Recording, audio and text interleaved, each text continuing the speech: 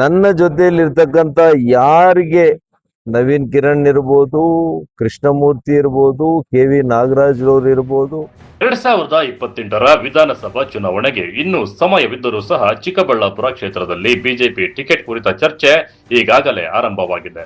ಈ ಹಿಂದೆ ನಡೆದ ಕಾರ್ಯಕರ್ತರ ಸಭೆಯೊಂದರಲ್ಲಿ ಮಾತನಾಡಿದ ಸಂಸದ ಡಾಕ್ಟರ್ ಕೆ ಸುಧಾಕರ್, ಮುಂಬರುವ ಚುನಾವಣೆಯಲ್ಲಿ ತಾವಾಗಲಿ ಅಥವಾ ತಾವು ಸೂಚಿಸುವ ಅಭ್ಯರ್ಥಿಯನ್ನಾಗಲಿ ಗೆಲ್ಲಿಸುವುದು ಕಾರ್ಯಕರ್ತರ ಜವಾಬ್ದಾರಿ. ಪಕ್ಷದ ವರಿಷ್ಠರ ತೀರ್ಮಾನದಂತೆ ನಡೆಯಬೇಕು ಎಂದು ಕರೆ ನೀಡಿದ್ದಾರೆ. ಈ ಹೇಳಿಕೆ ರಾಜಕೀಯ ವಲಯದಲ್ಲಿ ಹೊಸ ಚರ್ಚೆಗೆ ಕಾರಣವಾಗಿದೆ. ನಾನ್ ನಿಂತ್ರು ಹಾಕ್ಬೇಕು ಅಥವಾ ನಮ್ಮ ಪಕ್ಷ ನಾವು ಎಲ್ಲ ತೀರ್ಮಾನ ಮಾಡಿ ಒಬ್ಬರು ಕೊಡ್ತೀವಿ. ನಾನು ಹೇಳಿದವ್ರಿಗಾದ್ರೂ ನೀವು ಮತ ಕೊಡಬೇಕು. ಅವರಾದ್ರೂ ಒಂದೇ, ನಾನಾದ್ರೂ ಒಂದೇ. ಗೊತ್ತಾಯ್ತೇನಪ್ಪ? ಇದೆಲ್ಲ ಕೂಡ ತಲೆಯಲ್ಲಿ ಇಟ್ಕೋಬೇಕು. ಅವೆಲ್ಲ ಕೂಡ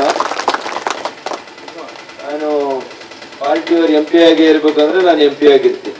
ಆದ್ರೆ ನಮ್ಮ ಪಕ್ಷದಿಂದ ಒಬ್ಬರನ್ನ, ಅನೇಕ ಮುಖಂಡರುಗಳಿದ್ದಾರೆ ನಮ್ಮಲ್ಲಿ, ಯಾರನ್ನೋ ಒಬ್ಬರನ್ನ ಆಯ್ಕೆ ಮಾಡ್ತೀವಿ ನಾವು.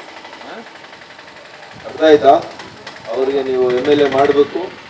ಅವರಾದ್ರೆ ನಾನಾದಂಗೆ ಮತ್ತೇನು ಇದೇ ತರನೇ ಕೆಲಸಗಳಾಗ್ತವೆ. ಇನ್ನು ಡಾಕ್ಟರ್ ಕೆ ಸುಧಾಕರ್ ಅವರು ಸ್ವತಃ ವಿಧಾನಸಭೆ ಚುನಾವಣೆಗೆ ಸ್ಪರ್ಧಿಸುವ ಸಾಧ್ಯತೆಯೂ ಸಹ ರಾಜಕೀಯ ವಲಯದಲ್ಲಿ ಚರ್ಚೆಯಲ್ಲಿದೆ. ಆದರೆ ಅವರ ಲೋಕಸಭಾ ಸದಸ್ಯತ್ವದ ಅವಧಿ 2029ರವರೆಗೆ ಇರುವುದರಿಂದ ವಿಧಾನಸಭಾ ಚುನಾವಣೆಗೆ ಸ್ಪರ್ಧಿಸಬೇಕಾದರೆ ಸಂಸದ ಸ್ಥಾನಕ್ಕೆ ರಾಜೀನಾಮೆ ನೀಡುವ ಪ್ರಶ್ನೆಯೂ ಸಹ ಎದುರಾಗಲಿದೆ. ಈ ಕುರಿತು ಪಕ್ಷದ ವರಿಷ್ಠರ ನಿರ್ಧಾರವೇ ಅಂತಿಮ ಎನ್ನಲಾಗುತ್ತಿದೆ. ಮತ್ತೊಂದೆಡೆ ಬಿಜೆಪಿ ಟಿಕೆಟ್ ಆಕಾಂಕ್ಷಿಗಳ ಪಟ್ಟಿಯೂ ಸಹ ವಿಸ್ತರಿಸುತ್ತಿದೆ. BMTC ಮಾಜಿ ಉಪಾಧ್ಯಕ್ಷ KV ನವೀನ್ ಕಿರಣ್, ಚಿಮುಲ್ ನಿರ್ದೇಶಕ KV ನಾಗರಾಜ್, ಜಿಲ್ಲಾ ಬಿಜೆಪಿ ಉಪಾಧ್ಯಕ್ಷ ಮರಳಗುಂಟೆ ಕೃಷ್ಣಮೂರ್ತಿ ಪ್ರಮುಖ ಆಕಾಂಕ್ಷಿಗಳೆಂದು ಹೇಳಲಾಗುತ್ತಿದೆ. ಇತ್ತೀಚೆಗಷ್ಟೇ ಮಂಚೇನಹಳ್ಳಿಯಲ್ಲಿ ಸಂಸದ ಸುಧಾಕರ್ ಹೇಳಿಕೆ ಮತ್ತಷ್ಟು ಪುಷ್ಟಿ ನೀಡುತ್ತಿದೆ. ನಾನು ಈಗಾಗಲೇ ಹೇಳಿದ್ದೀನಿ, ನಮ್ಮ ಪಕ್ಷದಲ್ಲಿ ಕೆಲವು ಒಳ್ಳೆಯ ನಾಯಕರುಗಳು ಶಾಸಕರಾಗಲಿಕ್ಕೆ ಒಳ್ಳೆಯ ಅರ್ಹತೆ ಇರ್ತಕ್ಕಂಥವ್ರು ಇದ್ದಾರೆ. ಅವರಲ್ಲಿ ನವೀನ್ ಕಿರಣ್ ರವರು ಕೂಡ ಒಬ್ರು. ಅವರು ಕೂಡ ಒಳ್ಳೆಯ ವ್ಯಕ್ತಿತ್ವ ಇರ್ತಕ್ಕಂಥವ್ರು, ಒಳ್ಳೆ ಚರಿತ್ರೆ ಇರ್ತಕ್ಕಂಥವ್ರು. ಹಾಗಾಗಿ ನಾನು ಬಹಳ ಸ್ಪಷ್ಟ ಮಾಡಿದ್ದೀನಿ, ನಮ್ಮ ಪಕ್ಷ ನನ್ನ ಜೊತೆಯಲ್ಲಿರ್ತಕ್ಕಂಥ ಯಾರಿಗೆ ನವೀನ್ ಕಿರಣ್ ಇರ್ಬೋದು, ಕೃಷ್ಣಮೂರ್ತಿ ಇರ್ಬೋದು, KV ನಾಗರಾಜ್ ಅವರು ಇರ್ಬೋದು, ಮತ್ತಿನ್ಯಾರಾದ್ರೂ ಇರ್ಬೋದು, ಅವ್ರಿಗೆ ಕೊಟ್ರೆ ನಾನು ಖಂಡಿತವಾಗಿಯೂ ಕೂಡ ಸಹಕಾರ ಕೊಟ್ಟು ನಮ್ಮ ಪಕ್ಷದಲ್ಲಿ ನಾನು ಗೆಲ್ಲಿಸುವಂತ ಪ್ರಾಮಾಣಿಕ ಪ್ರಯತ್ನ ನಾನು ಮಾಡ್ತೇನೆ. ಇಲ್ಲ ನೀವೇ ಮತ್ತೆ ಶಾಸಕ ಸ್ಥಾನಕ್ಕೆ ಹೋಗ್ಬೇಕು ಅಂತ ನಮ್ಮ ಪಕ್ಷ ಆಜ್ಞೆ ಮಾಡಿದ್ರೆ ನಾನೇ ಬಂದು ಇಲ್ಲಿ ಕಣದಲ್ಲಿ ನಿಲ್ತೀನಿ. ಇದರಲ್ಲಿ ಏನು ಮತ್ತೆ ಬದಲಾವಣೆ ಆಗುವಂಥದ್ದು ಏನೂ ಇಲ್ಲ. ಇದು ಬಹಳ ಸ್ಪಷ್ಟ ಇದೆ.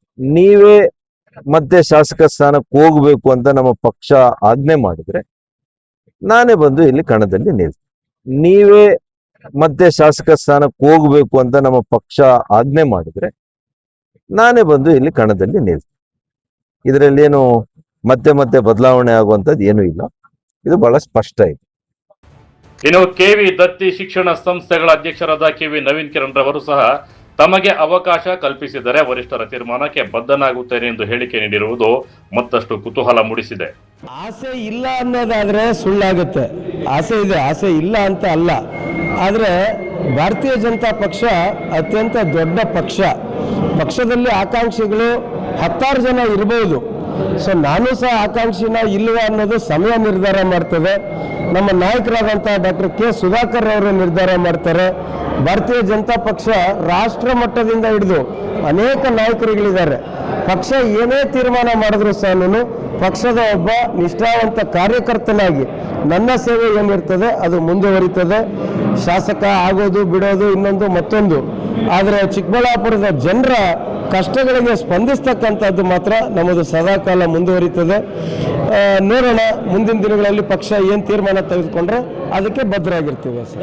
ಒಟ್ಟಾರೆ 2028ರ ವಿಧಾನಸಭೆ ಚುನಾವಣೆಗೆ ಇನ್ನೂ ಕಾಲಾವಕಾಶವಿದ್ದರೂ ಸಹ ಚಿಕ್ಕಬಳ್ಳಾಪುರ ಬಿಜೆಪಿ ಟಿಕೆಟ್ ಸುತ್ತ ರಾಜಕೀಯ ಚಟುವಟಿಕೆಗಳ ಹುತ್ತ ವೇಗ ಪಡೆದುಕೊಂಡಿದೆ.